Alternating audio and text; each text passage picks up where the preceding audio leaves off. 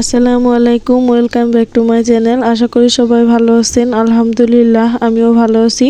এই তো সকাল সকাল উঠে আপনার ভাইয়ের সাথে চলে আসলাম বাইরে। আর এই তো আপনার ভাইয়ের হাতে দেখা যাচ্ছে ব্যাগ। আসলে ব্যাগের ভিতরে কেতলি আছে। কেতলিতে আমরা গত বছর কিনছিলাম, যদিও গতবার ব্যবহার করতে পারি নাই, এইবার প্রথম ব্যবহার করছি। কিন্তু কিছুদিন ভালোই চলছিল, হঠাৎ করে কি যেন সমস্যা হয়ে গেল। না তখন আপনাদের ভাইয়া বলল যে দাঁড়াও শোরুমে ফোন করে দেখি ঠিক করে দেয় কিনা। তো ওনারা নিয়ে আসতে বলছে, এর জন্য সকাল সকালই নিয়ে গেছিলাম ঠিক করতে। আর এদিকে বাসায় এসেও দেখলাম যে রাইস কুকার ঠিক করার লোক আসছে, এর জন্য রাইস কুকারটাও ঠিক করে নিলাম।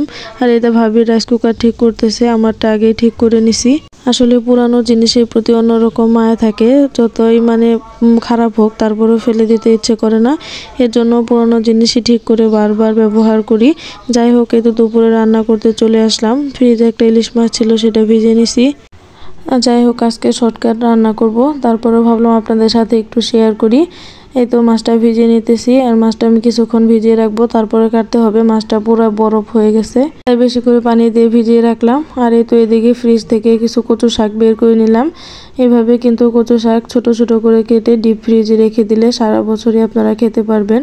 এই দেখেন কত সুন্দর আছে শাকগুলো। আমি যদিও আধা ঘন্টা আগে বের করে রাখছি, এর জন্য বরফটা ছুটে গেছে। তো আপনারা ওইভাবে চাইলে রেখে অনেক দিন ধরে খেতে পারবেন।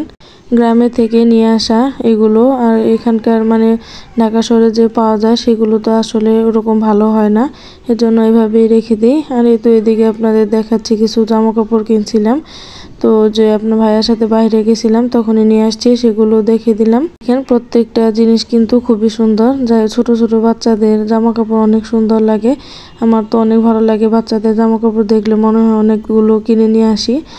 যাই হোক, তারপর অনেকগুলো কিনে নিয়ে অল্প কিছুই কিনছি, সেটাই আপনাদেরকে দেখিয়ে দিলাম।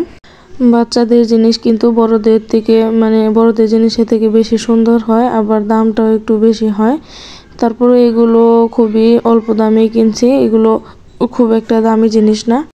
আর এই বছর খুব একটা শীত পড়ে নাই, এর জন্য শীতের জামা কাপড়ও খুব একটা কেনা হয় নাই, অল্প কিছুই কিনছি। আর এদিকে তো মাছটা বরফ থেকে ছুটে গেছিলো, আর মাছগুলো কেটে নিছি আমি। আর মাছে ডিম হয়েছে, দেখেন অনেক সুন্দর ডিম হয়েছে মাছে। তো এখন আমি মাছগুলো রান্না করব, আর আজকে মাছগুলো বেগুন দিয়ে রান্না করব।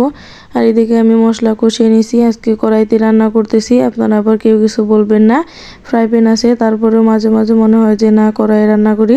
আসলে কড়াইয়ে রান্না করলে তরকারি অন্যরকম একটা স্বাদ হয়, আর ফ্রাই প্যানে রান্না করলে এক স্বাদ হয়। এই তো আমি মাছগুলো দিয়ে খুব ভালো করে কষিয়ে নিতেছি। আর মাছগুলো কষানো হয়ে গেলে তুলে রাখবো। এই তো দেখেন আমি মাছগুলো তুলে নিছি। এবার আমি খুব ভালো করে বেগুনগুলো কষিয়ে নিব। একই মশলাতে বেগুনগুলো কষিয়ে মাছ রান্না করব। বেগুন দিয়ে ইলিশ মাছ রান্না করলে অনেক ভালো লাগে। আর এগুলো বেগুনগুলো ছিল দেশি বেগুন, এগুলো দিয়ে আরও বেশি মজা হবে। আর এই তো আমি কচু শাকগুলো ভাপিয়ে নিতেছি। আর কচু শাকের সাথে আমি কাঁচামরিচ, রসুন, পেঁয়াজ দিয়ে দিছি। এগুলো খুব ভালো করে ভাপ দিয়ে সিদ্ধ হয়ে গেলে তারপর বাগার দিয়ে দিব। এভাবে কচু শাক রান্না করলে অনেক ভালো লাগে, আমার কাছে ভালো লাগে। আর কচু শাকের কালারটা সবুজ থাকলে খেতে আরও বেশি ভালো লাগে। আর এই তো রান্না বাড়া শেষ করে জামা বানাইতেছি, আর আপনাদের সাথে সেটাও শেয়ার করতেছি। আমার বারান্দায় কিন্তু অনেক রোদ আসে, আর এই তো বারান্দায় বসে বসে রোদ পোহাচ্ছি আর জামা সেলাই করতেছি। আমি নিজের জামা কাপড় নিজেই বানাই, যদিও অন্যদেরগুলো বানাই না, নিজেরটাই বানাই মাঝে মাঝে আর কি, আবার নিজেরটা অন্যদেরকে দিয়ে বানাই। যাই হোক, জামাটা যদি ভালো লেগে থাকে তাহলে কিন্তু অবশ্যই কমেন্টসে বলবেন। তো আজকের ভিডিও এই পর্যন্তই, ভালো লাগলে অবশ্যই কমেন্টসে বলে থাকবেন সবাই। আল্লাহ হাফেজ।